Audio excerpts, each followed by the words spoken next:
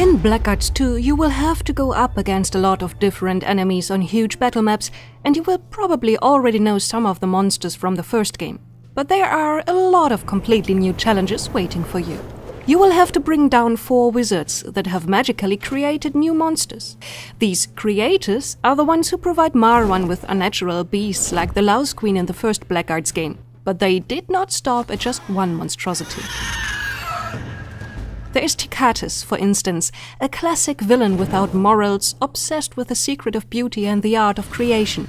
But himself, he forms disgusting patchwork creatures out of dead flesh. He is the one to create the so-called leapers, bizarre creatures made of skeleton parts and raw muscle.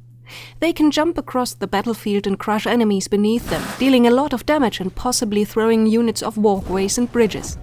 If a unit actually ends up trapped underneath, the leapers will suck the life out of them, regenerating their own vitality.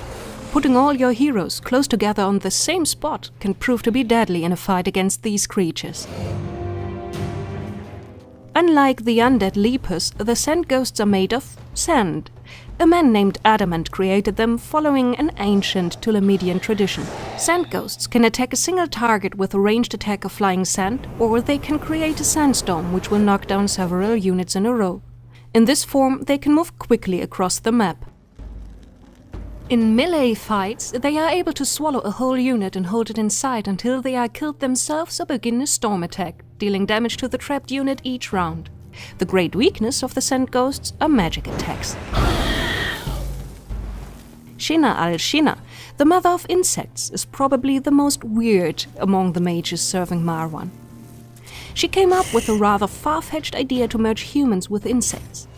The resulting creatures are intelligent, sometimes able to fly, and have 4 arms which often wield a longsword. Some of them also use different combinations of weapons, bows, daggers or two-handed weapons.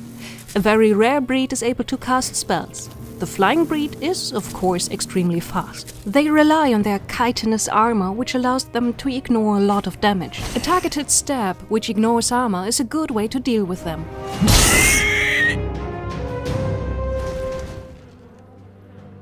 The tree-like creatures called Jasperwood have been created by a mage only known as the Druid.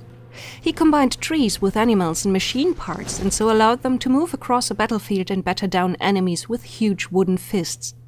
Their ranged attack can come as a surprise. They dig into the ground and send metal-tipped roots through the earth. Because of their nature as plants, these tree creatures are extremely hardy. They can throw enemies back with heavy attacks and deal a huge amount of damage. Jasperwood is protected on all sides by beehives, which have to be destroyed before you can attack the tree creatures directly. And the best way to do this is with fire.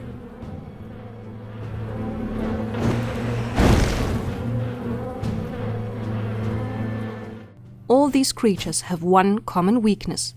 Without extra precautions, they only follow the orders of their creators. To allow Marwan and his armies to use the Chimera in battle, the Chimerologists had to create a control spell. To this end, they built the so-called Hell Organs, music instruments whose sounds force the Chimera, tree creatures and undead monsters to follow the will of the one who plays the organ, as long as he or she knows the melody needed. And even then, the magic will only work if the monster is inside a magic circle that is connected to the organ. If you have to go up against these new enemies, prepare for their tactics and abilities, or go and find the melodies to control them. Then you only have to lure the creature into the right position to take over control and use their powers of destruction for your own goals.